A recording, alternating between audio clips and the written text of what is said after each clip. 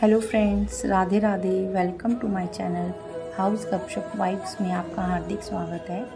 आज हम कान्हा जी को पंचामृत करवाएंगे। तो सबसे पहले हम दूध लेंगे, दूध के बाद दही लेंगे, दही इन पे डालेंगे, फिर शहद डालेंगे, फिर मिश्री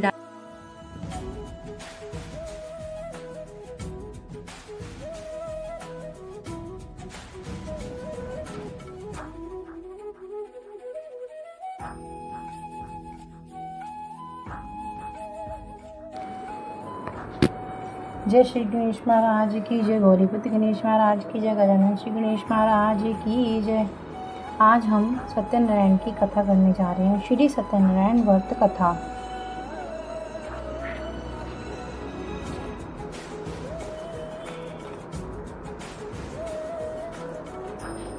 श्री सत्यनारायण व्रत कथा, पहला अध्याय। एक समय नैमिषारण्य तीर्थ में शौनकादि 88,000 ऋषियों ने श्री सूत जी से पूछा, हे प्रभु, इस कलयुग में वेद विद्या रहित मनुष्यों को प्रभु भक्ति किस प्रकार मिलेगी तथा उनका उद्धार कैसा होगा। इसलिए हे मुनि श्रेष्ठ, कोई ऐसा तत्व कहिए जिससे थोड़े समय में पुण्य प्राप्त होवे तथा मनवांछित फल मिले। वह कथा सुनने की हमारी इच्छा है। सर्वशास्त्र ज्ञाता श्री सूत जी बोले, हे वैष्णवों, मैं पूज्य आप सबने प्राणियों के हित की बात पूछी है। अब मैं उस श्रेष्ठ व्रत को आप लोगों से कहूँगा, जिस व्रत को नारद जी ने लक्ष्मी नारायण से पूछा था और लक्ष्मीपति ने मुनि श्रेष्ठ नारद से कहा था, सो ध्यान से सुनो। एक समय योगी राज नारद जी दूसरों के हित की इच्छा से अनेक लोकों में घूमते हुए मृत्यु लोक में आ पहुँचे। यहाँ अनेक योनियों में जन्मे हुए प्राय सभी मनुष्यों को अपने कर्मों द्वारा अनेक दुखों से पीड़ित देखकर सोचा, किस यत्न के करने से निश्चय ही दुखों का नाश हो सकेगा। ऐसा मन में सोचकर विष्णु लोक को गए।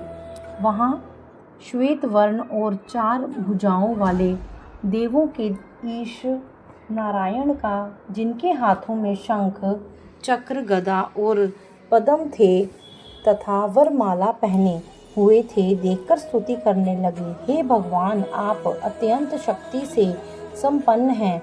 मन तथा वाणी भी आपको नहीं पा सकती।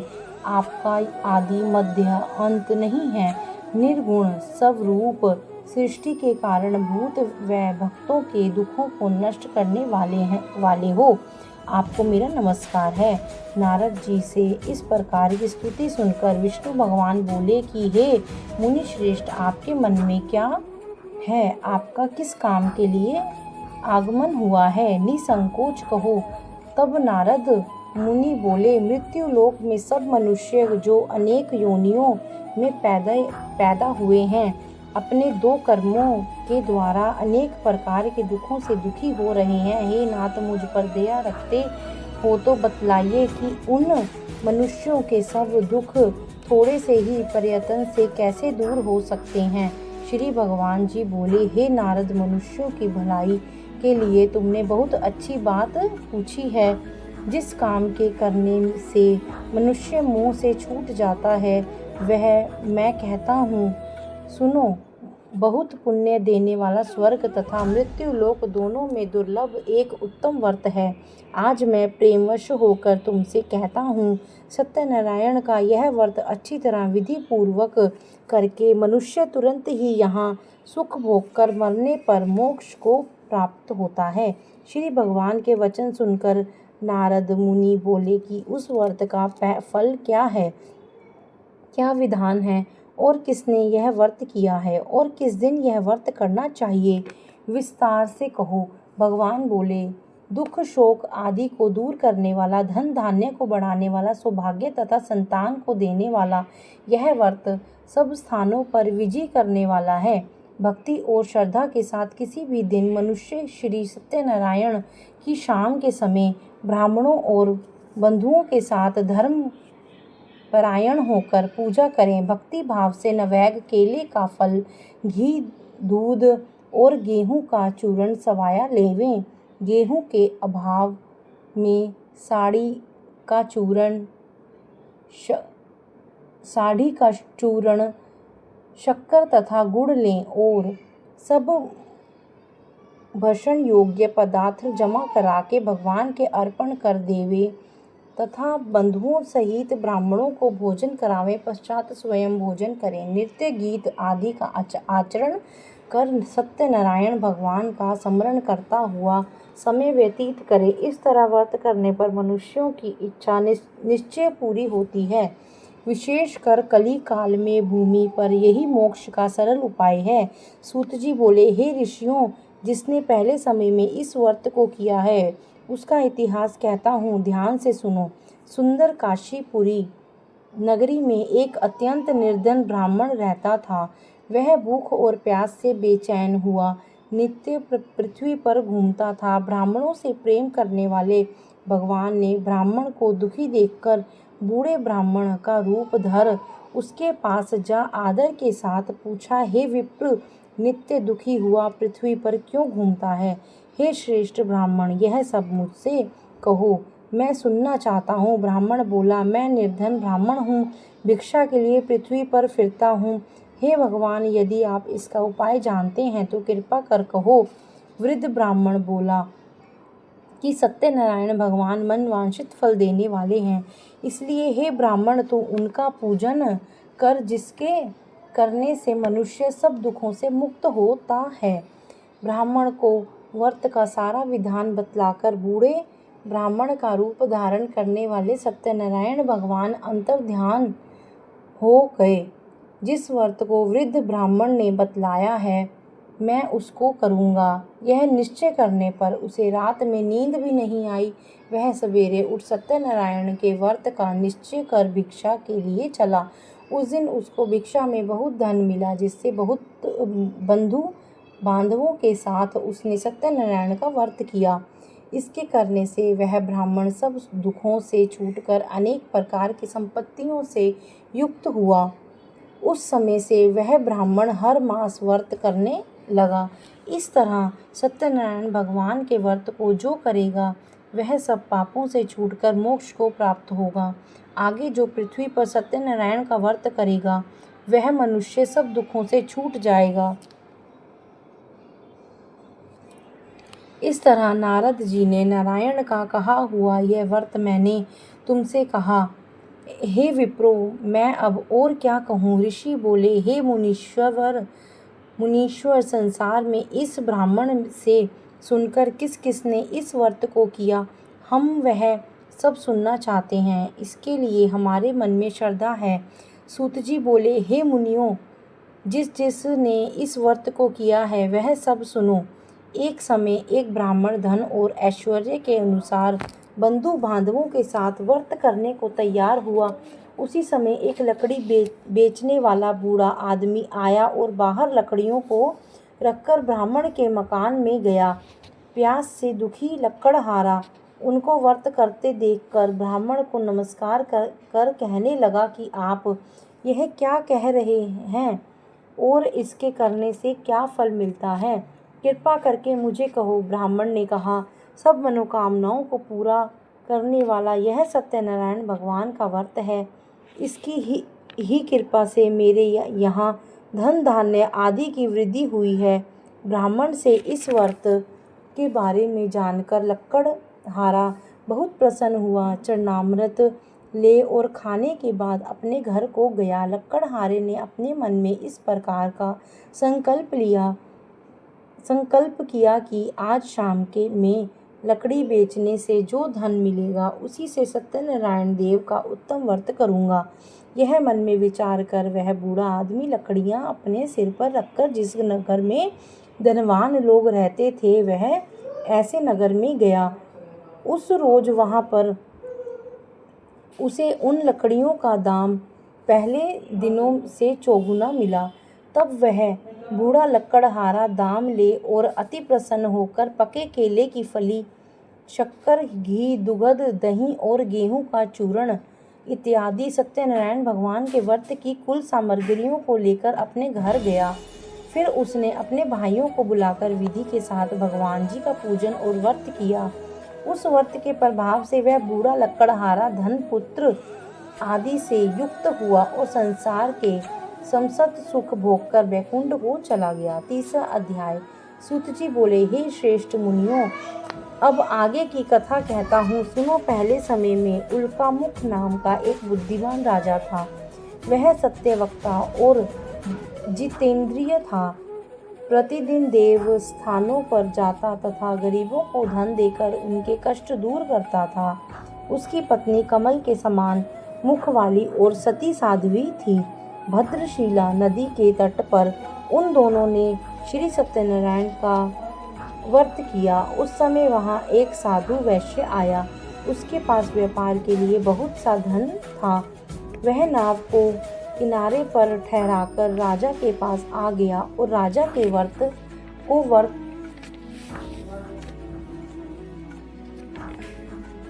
राजा को व्रत करते हुए देखकर विनय के साथ पूछने लगा, हे राजन, भक्ति युक्त चित्त से यह आप क्या कर रहे हैं? मेरी सुनने की इच्छा है, सो आप यह मुझे बताइए। राजा बोला, हे साधु, अपने बांधवों के साथ पुत्रादि की प्राप्ति के लिए यह महाशक्तिवान सत्यनारायण भगवान का व्रत व पूजन किया जा रहा है। राजा के वचन सुनकर साधु आदर से बोला, हे राजन, मुझसे इसका सब विधान कहो, मैं भी आपके कथानुसार इस व्रत को करूँगा। मेरे भी कोई संतान नहीं है और इससे निश्चय ही होगी। राजा से सब विधान सुन व्यापार से निवृत्त हो वह आनंद के साथ घर गया। साधु ने अपनी स्त्री से संतान देने वाले उस व्रत का समाचार सुनाया और कहा कि जब मेरे संतान होगी तब मैं इस व्रत को करूँगा। साधु ने ऐसे वचन अपनी स्त्री लीलावती से कहे। एक दिन उसकी स्त्री लीलावती पति के साथ आनंदित हो सांसारिक धर्म में प्रवृत्त होकर सत्यनारायण भगवान की कृपा से गर्भवती हो गई तथा 10वें महीने में उसके एक सुंदर कन्या का जन्म हुआ। कुछ ही दिनों दिन वह इस तरह बढ़ने लगी जैसे शुक्ल पक्ष का चंद्रमा बढ़ता है। कन्या का नाम कलावती रखा गया। तब लीलवती ने मीठे शब्दों में अपने पति से कहा कि जो आपने संकल्प किया था कि भगवान का व्रत करूँगा, अब आप उसे करिए। साधु बोला, हे प्रिय, इसके विवाह पर करूँगा। इस प्रकार अपनी पत्नी को आश्वासन दे वह नगर को गया। कलावती पितृगृह में वृद्धि को प्राप्त हो गई। साधु ने नगर में सखियों के साथ अपनी पुत्री को देखा और तुरंत दूत बुलाकर कहा कि पुत्री के वास्ते कोई सुयोग्य वर देखकर लाओ। साधु की आज्ञा पाकर दूत कंचन नगर पहुंचा और वहां पर बड़ी खोज और देखभाल कर लड़की के लिए सुयोग्य वणिक पुत्र को ले आया। उस सुयोग्य लड़के को देखकर साधु ने अपने बंधु बांधवों सहित प्रसन्नचित्त अपनी पुत्री का विवाह उसके साथ कर दिया, किंतु दुर्भाग्य से विवाह के समय भी व्रत को करना भूल गया।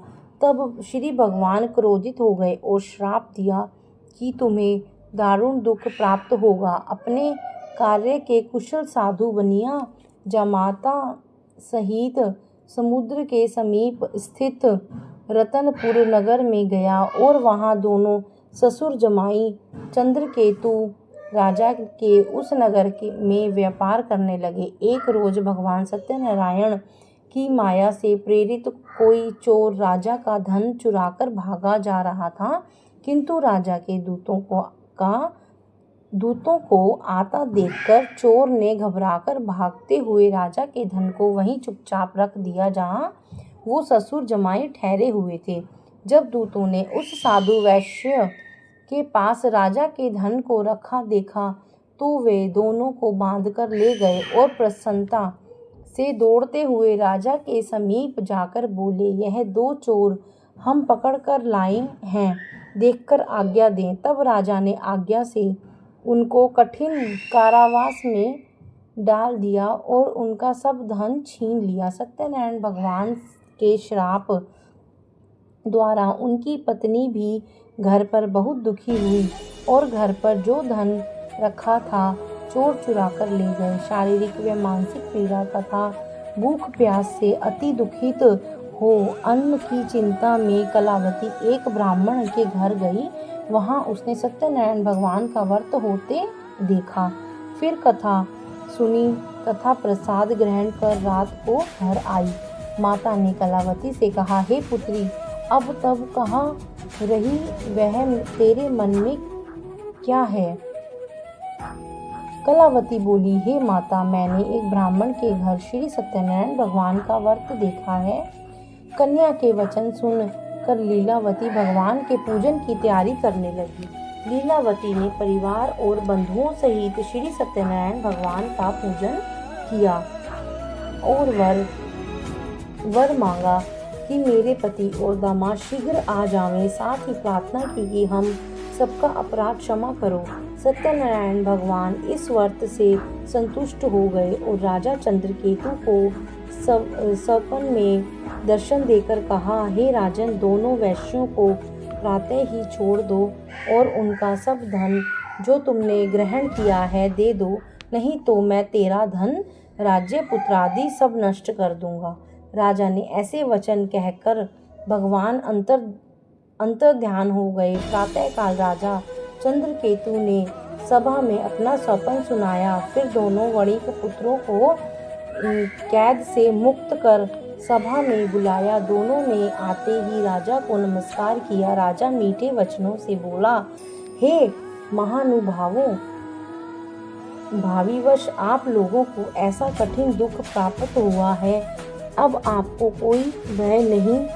ऐसा कहकर राजा ने उनको नए 2 वस्त्राभूषण पहनाए तथा उनका जितना धन लिया उससे दूना धन देकर आदर सहित विदा किया। दोनों वैश्य अपने घर को चल दिए। चौथा अध्याय। सूत जी बोले, वैश्य ने मंगलाचार करके यात्रा आरंभ की और अपने नगर को चला। उनकी थोड़ी दूर निकलने पर दंडी वेशधारी सत्यनारायण ने उनसे पूछा, हे साधु, तेरी नाव में क्या है? अभिमानी वणिक हंसता हुआ बोला, हे दंडी, आप क्यों पूछते हो? क्या धन लेने की इच्छा है? मेरी नाव में तो बैल और पत्ते भरे हैं। वैश्य का कठोर वचन सुनकर भगवान ने कहा, तुम्हारा वचन सत्य हो।